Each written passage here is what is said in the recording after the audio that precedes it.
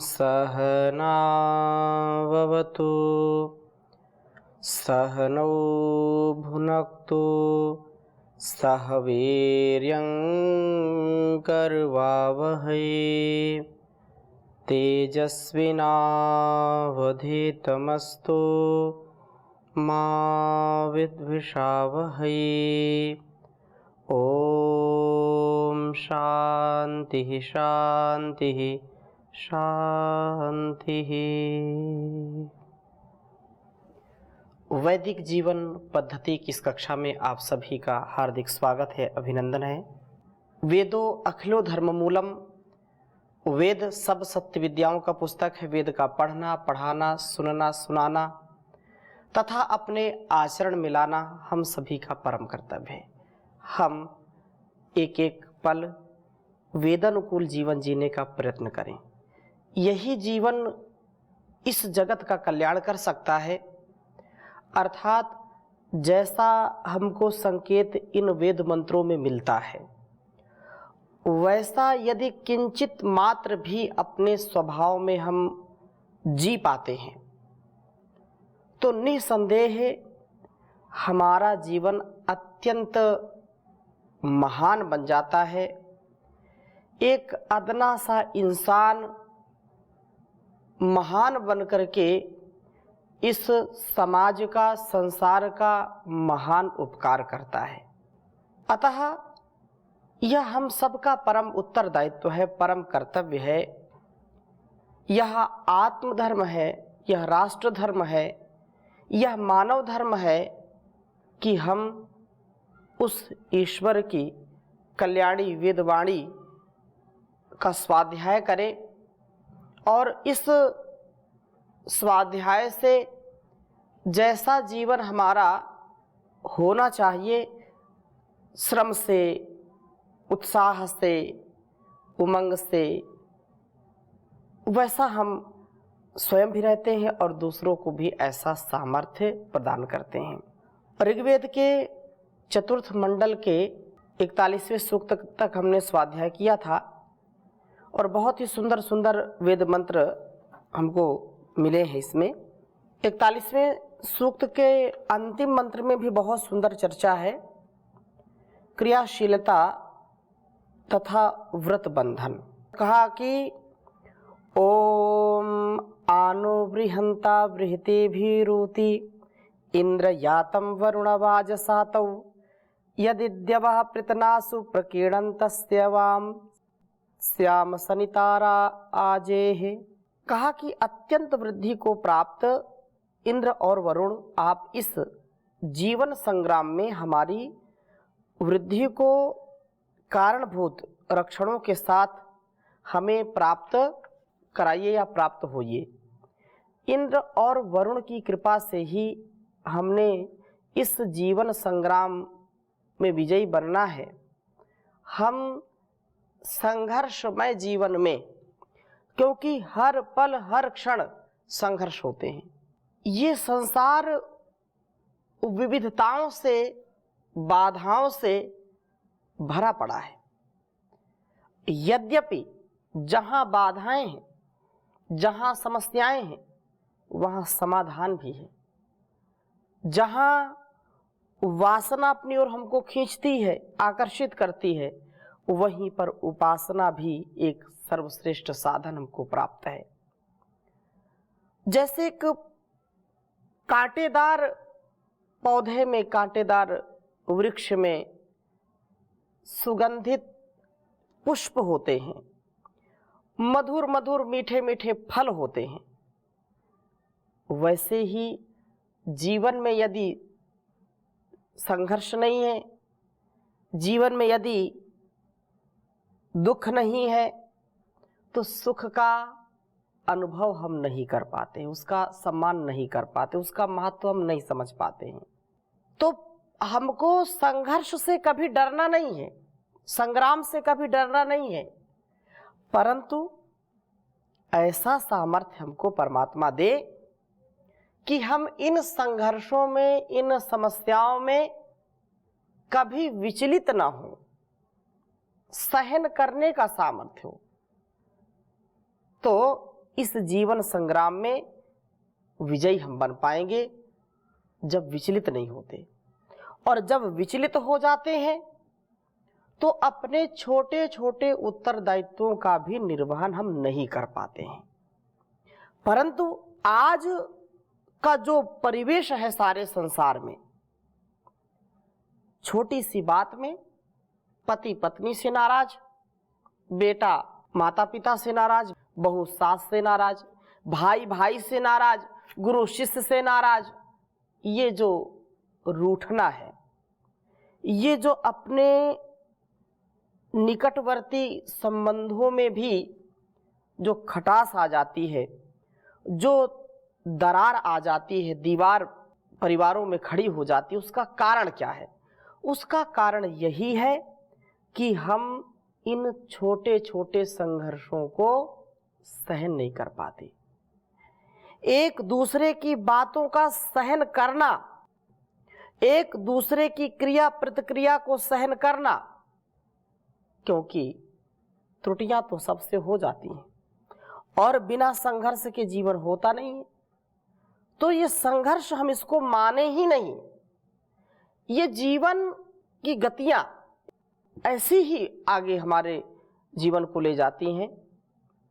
श्रेष्ठ गति को यदि पाना है तो मतिपूर्वक व्यवहार करना, प्रगति के लिए सहनशीलता, इस संसार सागर से पार उतरने के लिए, संघर्ष में विजयी होने के लिए अपार धैर्य की आवश्यकता, और वह धैर्य हमको विजयी बना देता है।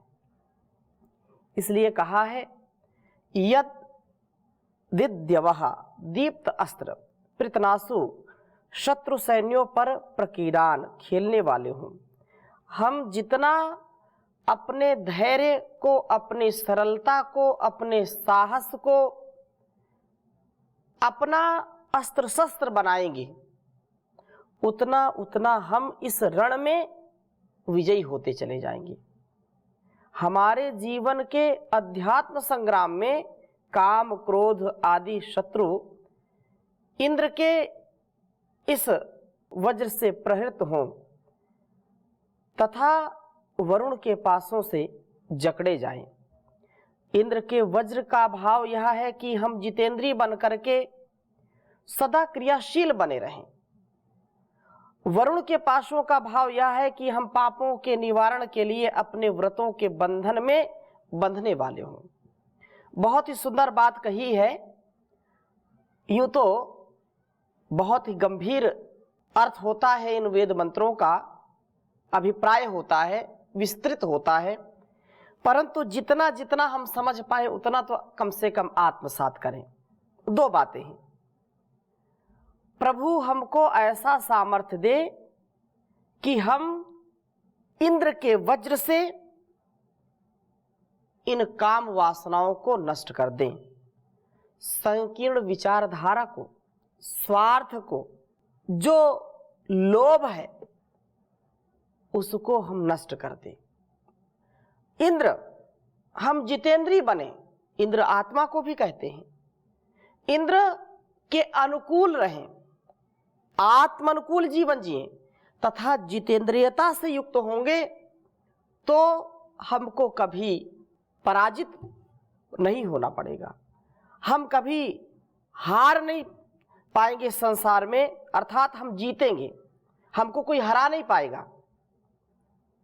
संसार में छोटे छोटे लोभ में व्यक्ति पूरे जीवन की तपस्या को भंग कर देता है, हार जाता है, धराशायी हो जाता है, अस्त्र शस्त्र डाल देता है छोटे से एक भोग में, क्षणिक भोग में। रूप रस गंध शब्द स्पर्श आदि ये जो क्षणिक सुख हैं इनमें बस नहीं चलता, व्यक्ति विवश हो जाता है।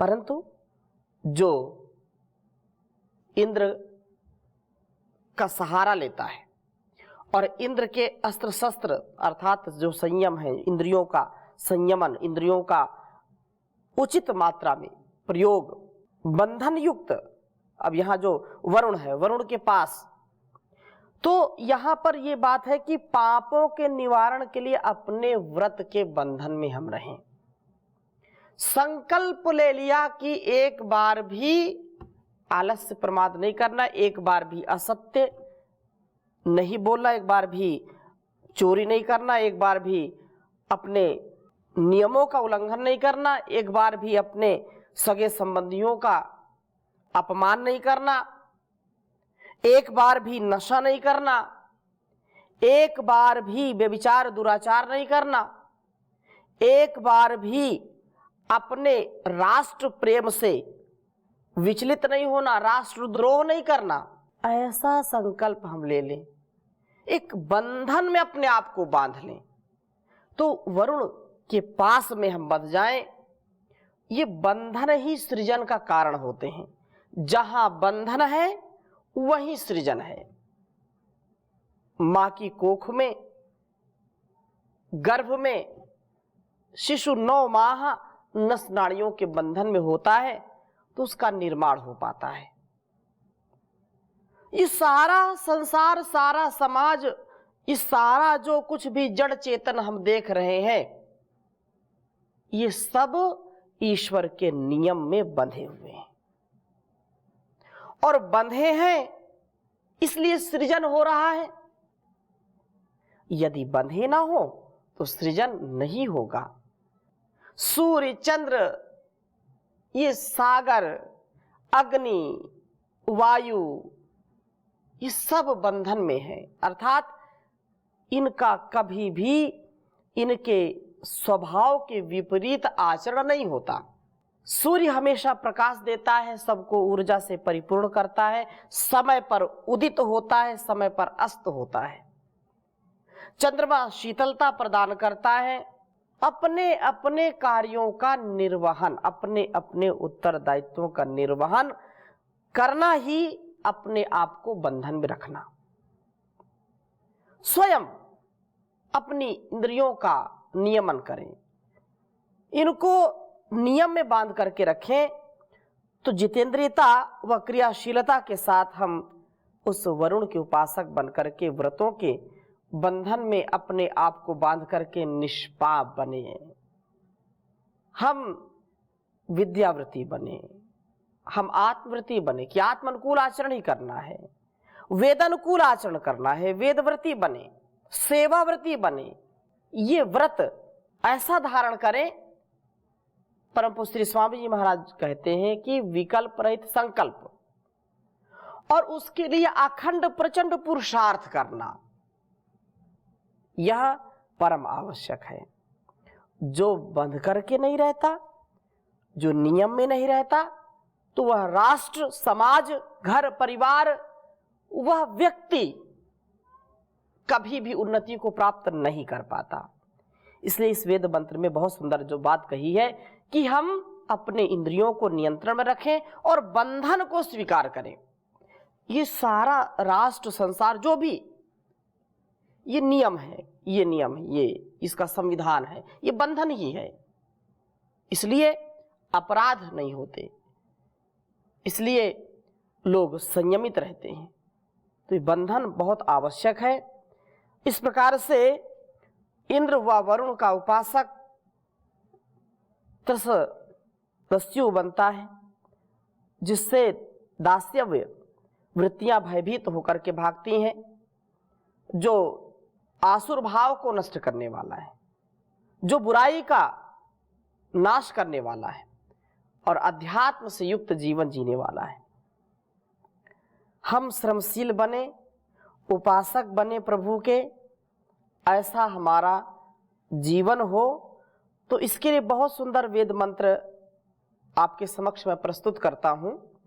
ऋग्वेद के चतुर्थ मंडल के 42वें सूक्त का प्रथम मंत्र अत्यंत महनीय है, इसको मैं आपके समक्ष रखता हूं। ओम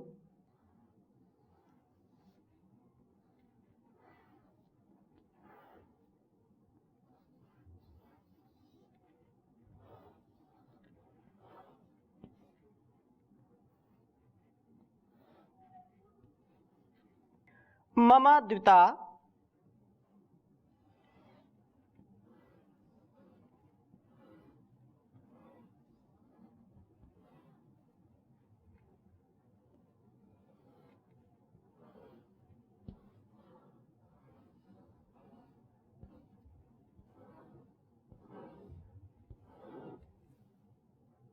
राष्ट्रम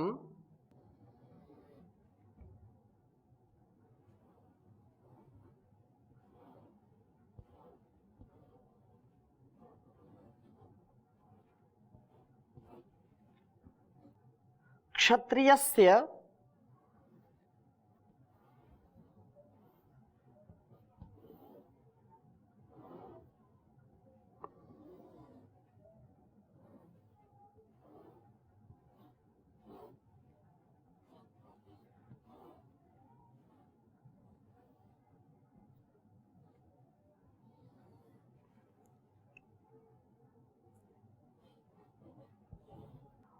विश्ववायुर्विश्वे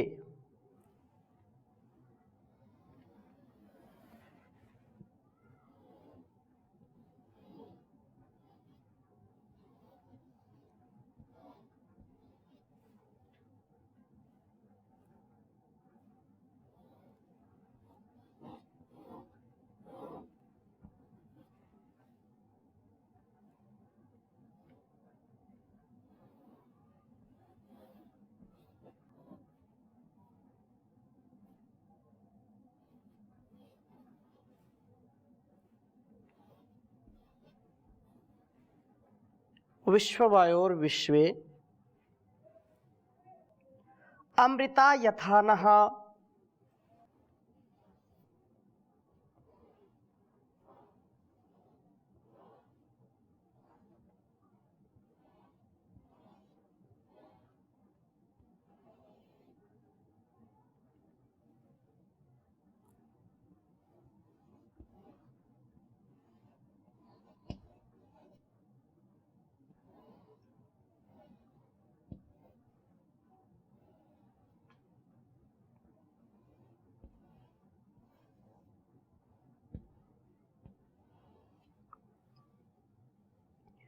क्रतुं सचन्ते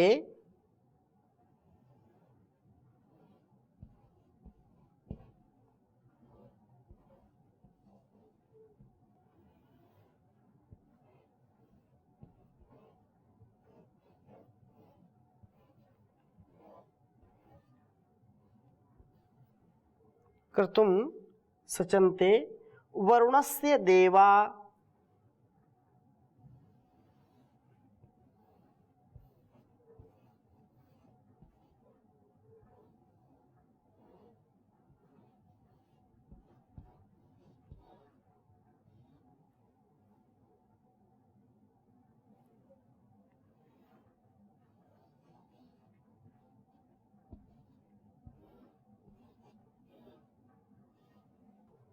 राजामि कृष्टे रूपमस्ते वृवेः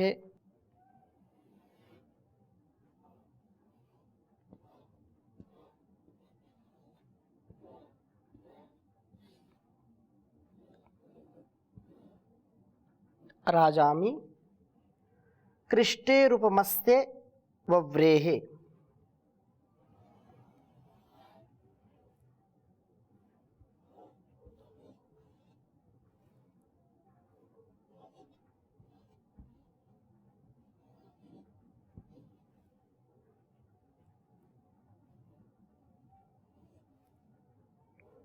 कृष्टे रूपमस्ते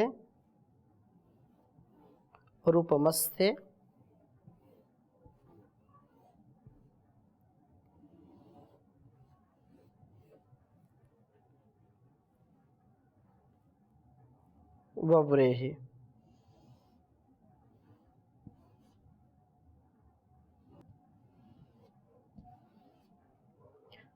ऋग्वेद के चतुर्थ मंडल के 42वें सूक्त का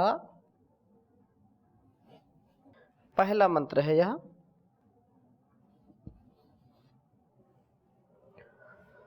ओम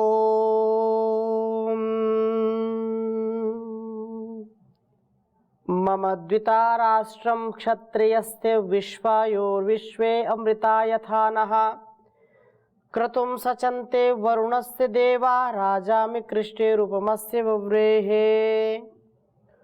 ओम